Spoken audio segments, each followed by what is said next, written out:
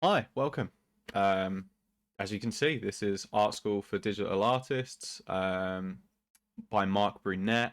I've enrolled on the course. This is something I'm quite passionate about. Uh, why am I doing this? The obvious answer is I want to be a better artist. I think in the face of AI art, I think it's really important that we as artists kind of rise up and create more art in the world, whether we are professional artists or hobbyists. I think it's really important that we create more art for the world.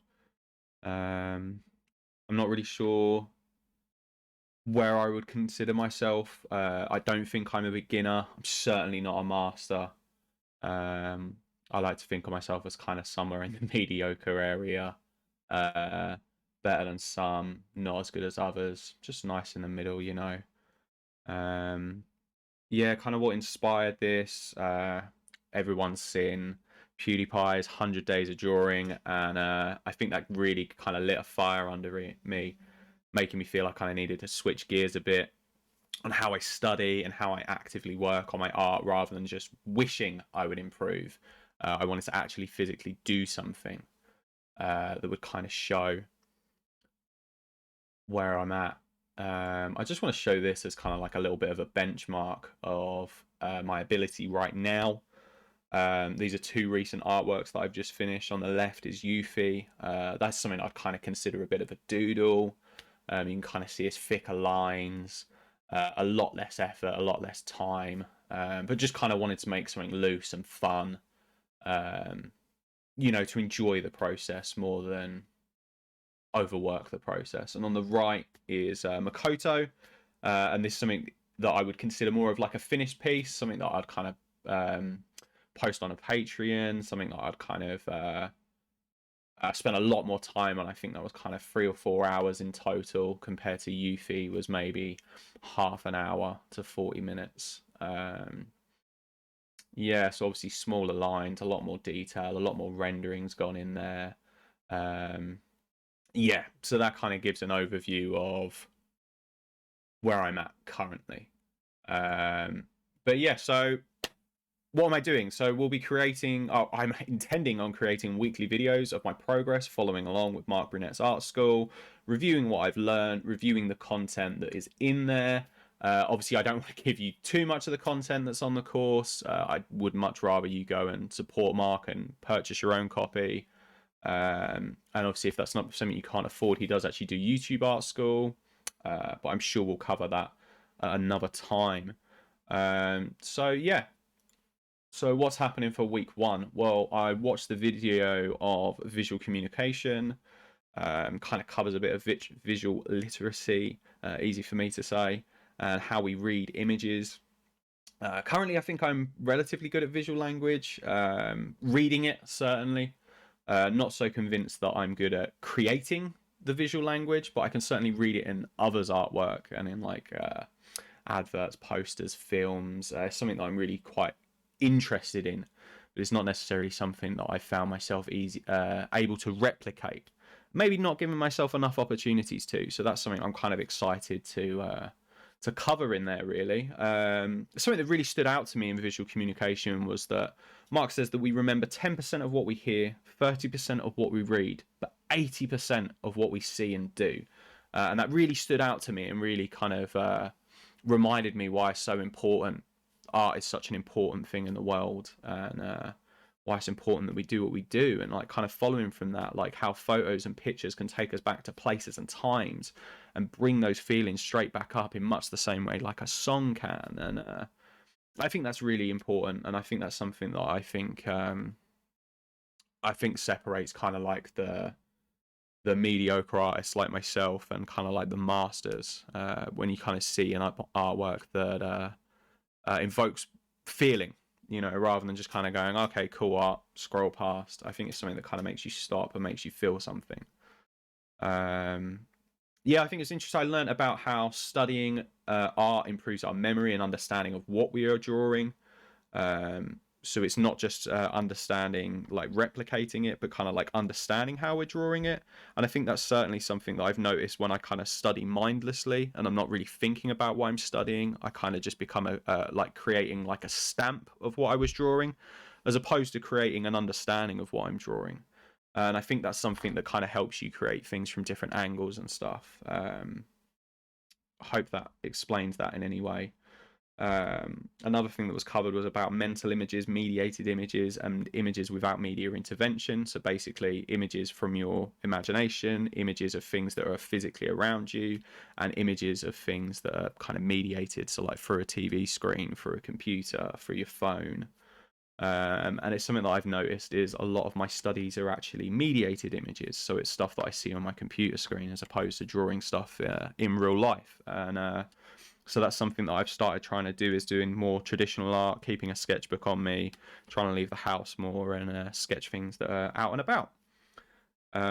Also covered like literal and symbolic meanings to images, and again I think kind of we touched on that a minute ago with how images can bring back memories and stuff, and I think this is sort of a similar thing, and that's something that I'd like to experiment more with in my artwork, but I'm not sure what form that will take yet. And then finally we kind of covered how the human eye works. All really fascinating stuff in there. That was kind of jam-packed in there. Not as long a video as you'd think, but just jam-packed with information, and something that I found really quite fascinating. Then obviously the second assignment for week 1 was watching Photoshop for digital production 1. I don't actually use Photoshop. I have used whatever CS3 was. That was something that I got a completely legal version of, and it totally wasn't pirated while I was in school. And that was something that my friends and I kind of enjoyed messing around with. We never really created anything that good, but it was certainly something that I kind of played with at the time. But now I use Clip Studio Paint. It's just something that I have, and I have kind of like an understanding of. You know, I've used it for the past,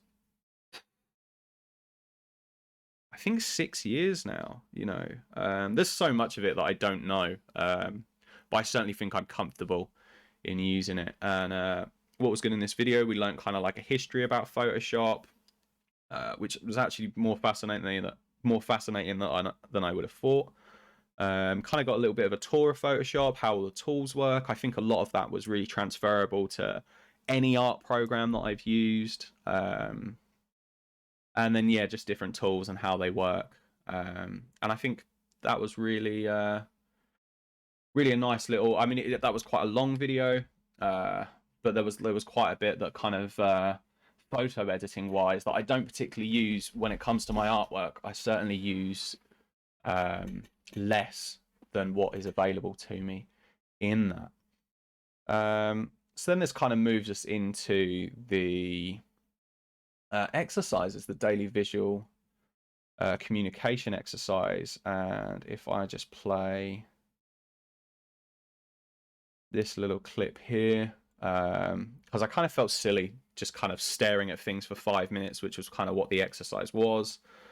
Just kind of to understand the things that you look, find the curiosity in things, and kind of like Google them to understand them better. And I thought I'd draw some stuff based on the things that I was observing around me. And I found myself quite intrigued by kind of like the folds in clothes and material and the shapes and forms of hair. And that's something that I think I'm certainly going to have to put more time into understanding. But yeah, I've just thought that was something a little bit fun. The pen control exercise was simple enough. I surprised myself actually with sort of how little control I had when I thought I would have quite a bit of control. And so that was a little bit of a kind of a little bit of a wake-up call actually on that there are sort of daily exercises that I need to maybe do to have a better control of my tools. And finally, complete Photoshop for digital production assignment 2, image adjustments. And I'll be straight with you, I absolutely hated this. This was a real one where I kind of sat there and went, I am not as good as I want to be. And yeah, being how much I did not enjoy this kind of really highlights to me that this is something that I really need to put more time into, and yeah, really need to study in these areas more. But yeah, so that is week one, term one of Art School for Digital Artists.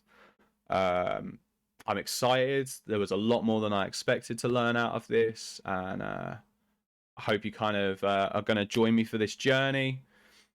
I should have a code in the description. If you yourself want to pick up art school, you can kind of buy it one term at a time. Like myself, that was how I kind of started out. I bought one term. I did it on PayPal's Pay in Free. I broke that payment down really small because it wasn't something that I could certainly afford at the time of buying it. But yeah, thanks for watching. Hope you enjoyed it. Hope you got something out of this, and I'll see you next time.